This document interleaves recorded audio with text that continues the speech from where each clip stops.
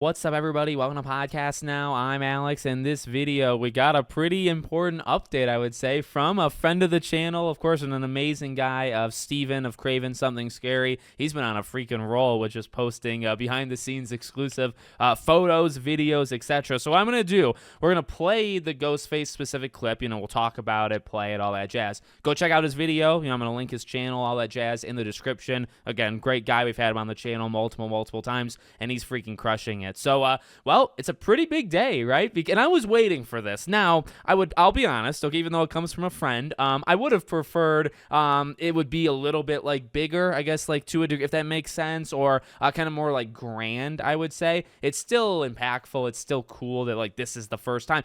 I was waiting for this. I was waiting. I'm still waiting, and I imagine they'll do it at the end. This is just my kind of speculation. Like, we literally still haven't seen Nev, Sydney Prescott. We haven't literally seen her, and it just feels like it's a different, they're doing it differently, right, than what they did with Scream 6, and that's fine, in terms of filming it and the way they're handling the promotional stuff, which, by the way, is not doing, in general, except for Kevin, on that first day, which is a different strategy, definitely a different strategy. I don't mind it.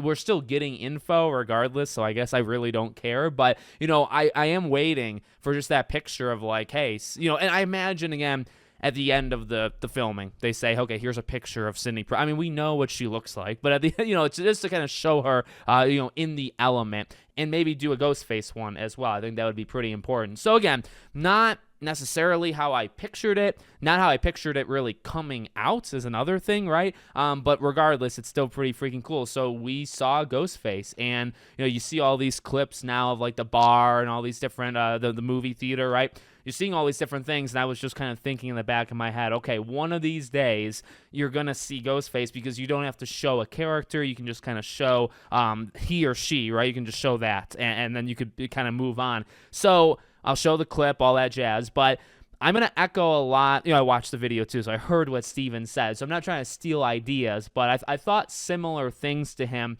as I saw it. And it was really two things to kind of talk about. Number one, and I imagine it's filmed this way on purpose. I don't think they would change it, when it comes to like post type stuff. Ghostface is walking. So when you think about the chase scenes, there's like a rumored driving sequence type thing going on. When you think about all these movies, we rank the chase scenes and all that stuff, but it's exactly that, right? It's running, it's physical exertion, all that stuff. Not walking. I mean, I think it's really cool, and you have to kind of pick your moments, right, where Ghostface is, and this is where I'm kind of stealing how Steven said it, but I thought the same thing.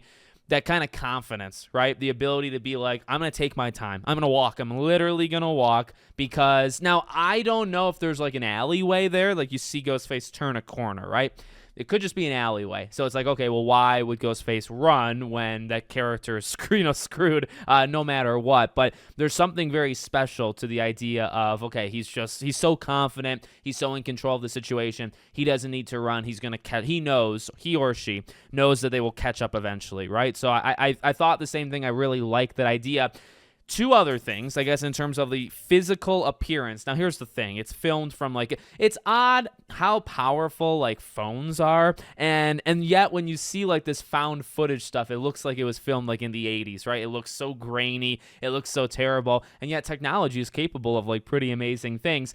You can make it out enough, right? But two kind of interesting things to point. Well, actually, I would argue three. The shoes are kind of an interesting one. The way that the robe, doesn't really cover the shoes. Now, I imagine maybe that gets swapped. The shoes look more like sneakers to me, at least. So I don't know if that is like supposed to be like that. Because if you're not showing the feet, Ghostface can be running in whatever attire, they choose to wear, on set that day. So that was one that just kind of stood out, was literally the footwear. But the other two things, the mask. The mask didn't look as like, this pristine thing. Now, I saw Steve and I saw other people on Twitter talking about the idea of like another aged mask. And it makes sense to do that. I would say it makes sense to do that simply because if you're going to, again, be messing with Sydney, because here's the thing.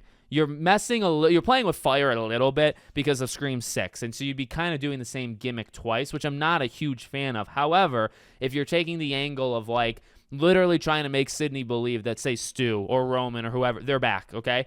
If you're trying to do that, then, to have them use their original mask makes sense, right? And you already have that connection point with Scream 6. So again, I'm not a huge fan of using the same kind of. It literally is a gimmick. Gimmicks, by the way, don't all have to be bad. I liked it. I like the idea in 6. I'm not a huge fan of reusing it, but they are reusing it with kind of a different, like, practical thing in mind, right? They're doing it slightly differently. So, okay, I'm more okay with it.